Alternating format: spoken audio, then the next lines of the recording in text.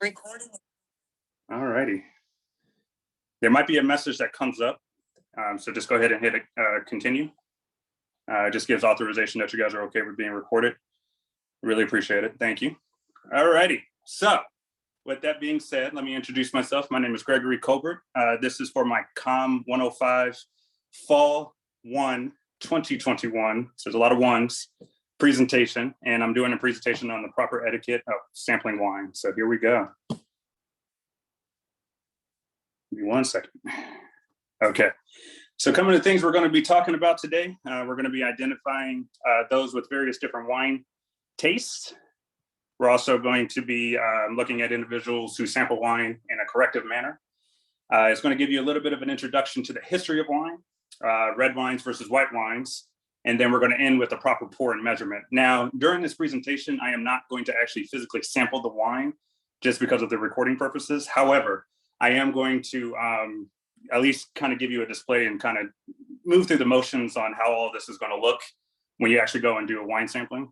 So with that being said, thank you so much for your patience on this. There will be a Q&A afterwards, should you feel like you need to have any questions or anything, and I'll stop the recording when that time comes. But after that, we'll go ahead and get started after that, okay? Thanks. So the various interests. Okay, so there's many of different wine connoisseurs out there, those who are interested in the love and the feel of it, and those that have many different palates with it as well. So you've got people that are going to be either red wine drinkers or white wine drinkers. You've got people that do it on a seasonal type of feel for it. That's kind of where I'm at. I'm more of a seasonal wine drinker myself. I drink red wines more in the wintertime when it's a little bit colder, just because of the harshness or the heaviness, if you will, of the wine. Versus in the summertime when it's warmer outside and I love warm weather, I kind of lean more into the white wines, especially dry white wine, because it's a little bit lighter, a little bit sweeter, and it's something you can definitely enjoy during the hot season. So with that being said, I've included a couple of surveys from some of my research that I've done. There was a 2020 wine intelligence survey that estimated that 1 in every 3 Americans who drink wine do it more on a consistent basis. So with that being said, it's obviously there was a broad spectrum on how that survey was done. And as you can see, the population sample was about 77 million people that just probably did it on a Facebook survey, if anything. But it showed that people did it more on a consistent basis. And what that reflects is it really shows that people were really interested in either having a glass of wine for a certain meal or at a certain time of the day. Hopefully, in the evening times for dinner. But it also shows more of it kind of gives more of a reflection, if you will, on that, on the fact that wine is such a part of our staple in this country. No matter where we go, no matter what we do, no matter who we meet, there's always somebody in there that has a taste of wine, whatever it may be. Following up with that, though, there was a 2018 survey that was done by Statista that did a group of various different individuals, but I wanted to include the group of individuals between the ages of 18 and 29. And in that study, in that sample, I should say, it showed about 38.7% of the respondents were red wine drinkers. I wanted to include this in my presentation because it really reflected, and what my opinion is that there's a lot of people out there between the ages of 18 and 29 who are younger, who are sampling and really trying to figure out what their palate is when it comes to their drink of choice. So I found it very interesting that about 38.7 of them in this age group were red wine drinkers. And I, again, am a huge red wine drinker, so I love it. So I thought I'd just throw that little tidbit in there for you.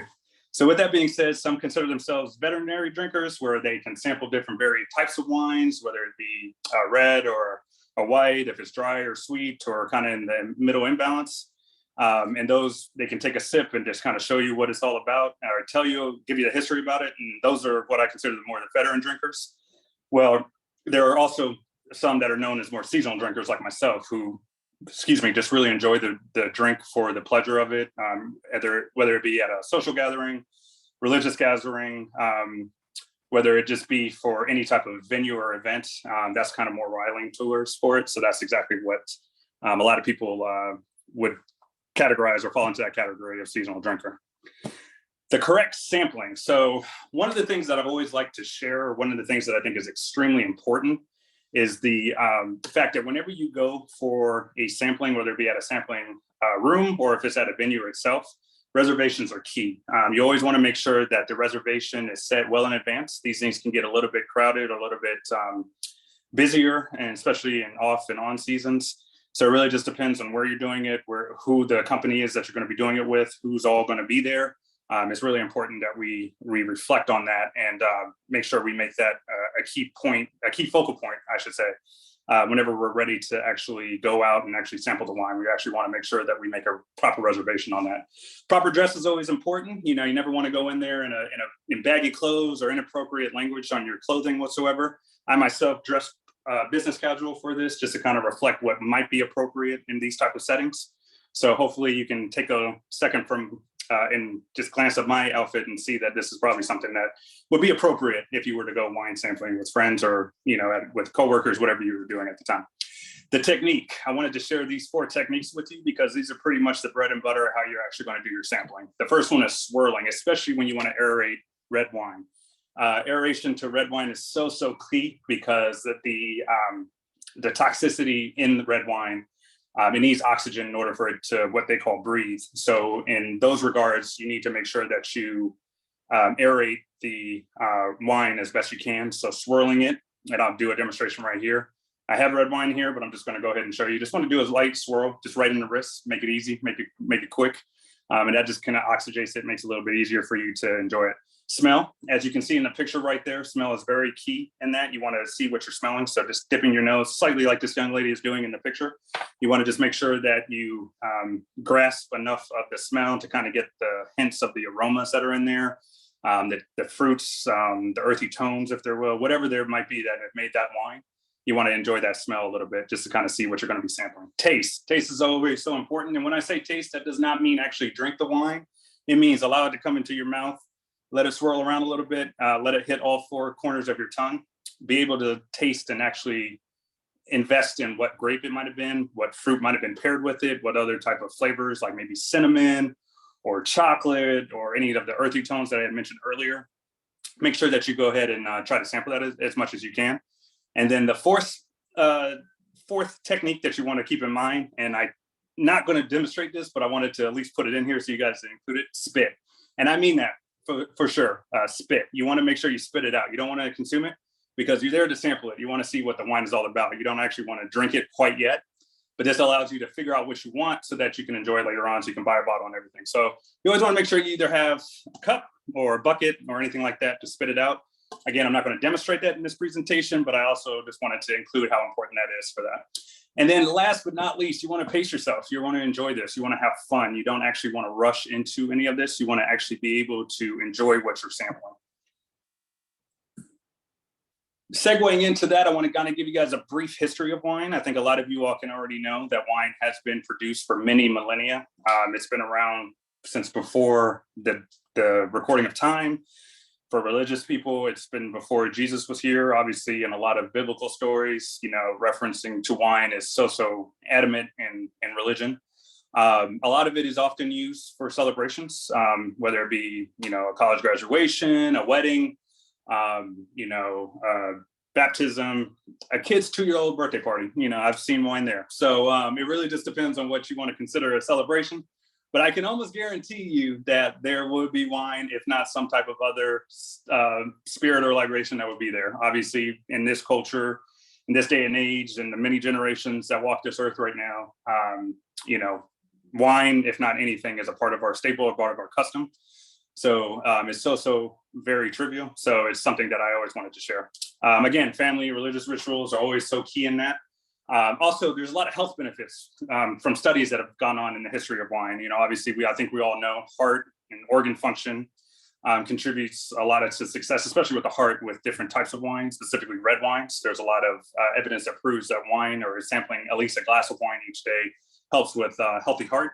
So it's always important to record that and understand that it's not just for the enjoyment or the fun of it, but rather there's some health benefits to it. And, there's history that proves that as well.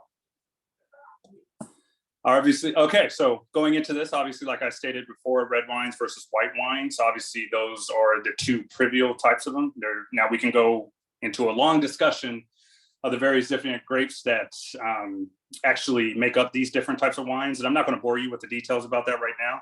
But here are some of the most key components of that. Obviously color distinction, is definitely key in determining which one, is red and white. I think we can all pretty much understand that. Taste is so key, because even if it's a red wine and it's sweet, or if it's dry, or if it's in the middle, it has definitely a different texture of the flavoring versus its white wine counterparts, which usually have a little bit more of a sugar content to it, a little bit more of the sweeter blends that go from sweeter grapes and sweeter fruits that kind of join in with it.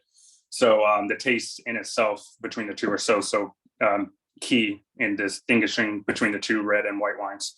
Most red wines come from dark skinned fruit. So you got your blueberries, your blackberries, your raspberries, etc.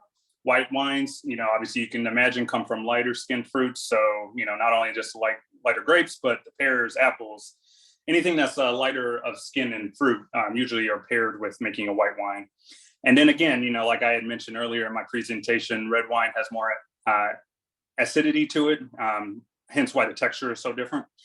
Hence why you actually have to treat wine red wine, I should say, a little bit differently in how you enjoy it, but also how you manage it.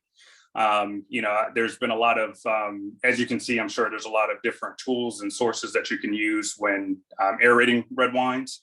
So obviously it needs a little bit more love and attention than white wines do. So it's, again, just another point just to add in the differences between the two.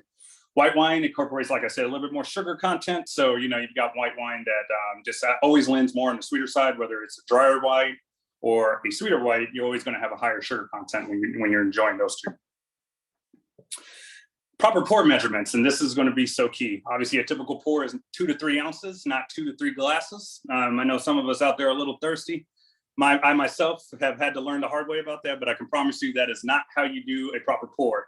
Proper pour is a typical pour, like I said, 2 to 3 ounces. You want to make sure it comes to just about the hint right there, if you can see, of the wine. So you don't want to go too far. You don't want to go too high in the glass. You're sampling it. You're not drinking it. So that's something that you always want to keep key in there. In sharing that, though, again, the average pour size, it being between 2 to 3, it can serve up to about 10 servings in one bottle. So if you're planning on hosting a wine sampling, or if you want to go with a group of friends and you want to keep your budget kind of low, you don't want to spend too much, that's something to keep in mind. You can probably get on average, about 10 servings from sampling of one bottle. So it's something to keep in mind in that. Obviously, practice proper sampling etiquette, discussed in slide 4 that I'll be sharing with you guys afterwards. Please feel free to reference that. That's always key in making sure that you always know what you're doing when it comes to sampling the wine. And last but not least, and I cannot stress this enough, enjoy what you're doing. You don't necessarily have to be there if you don't want to be there, but if you're going to be there, definitely enjoy it. There's no rush. There's no agenda. Usually when you participate in these type of things, it's meant for the entire day, if not most of the afternoon into the evening. So enjoy it. One other thing that I wanted to share as well with that is that, when you do sample, one thing that I always like to share with people is you always want to make sure that you clean your palate between samples. So you want to make sure that you eat like a piece of chocolate or maybe a slice of bread, and not the entire slice, but like a piece of bread, I should say, or even just a cracker, if you will. And it helps clean your palate a bit before you're sampling. That's always key to remember, especially if you're sampling, let's say, a red wine and then moving to a white wine. You want to make sure that you're being able to enjoy everything a lot like that was shared earlier. So make sure that you clean your palate between that, and then everything should be good. You should be enjoying it. But again, enjoy what you're sampling. You don't have to rush into it. Don't have to make it an hour-long thing. Dedicate time, dedicate it Saturday afternoon, dedicate it to a group of friends, coworkers, whatever. You can always have fun with that. With that, in concluding, like I said, always have fun with it. Keep it exciting, keep it rewarding. Share it with friends, family, coworkers, a new group of people that you're trying to meet. Go by yourself and go meet friends. It's always a good thing with that. And again, cannot stress enough. Enjoy what you're sampling. Enjoy what you're going to be potentially purchasing. Just enjoy it all around. And I will guarantee you, wine will never let you down. So with that being said, thank you so very much. I'm going to open the floor to question and answers. But before I do that, I'm going to go ahead and take everybody off mute. And I'm also going to stop the recording. But I can't thank you all enough so very much for taking the time to let me give this quick presentation. Obviously, there's way more information to share, but thank you so much for making time this afternoon for doing this. I really appreciate it. Thank you.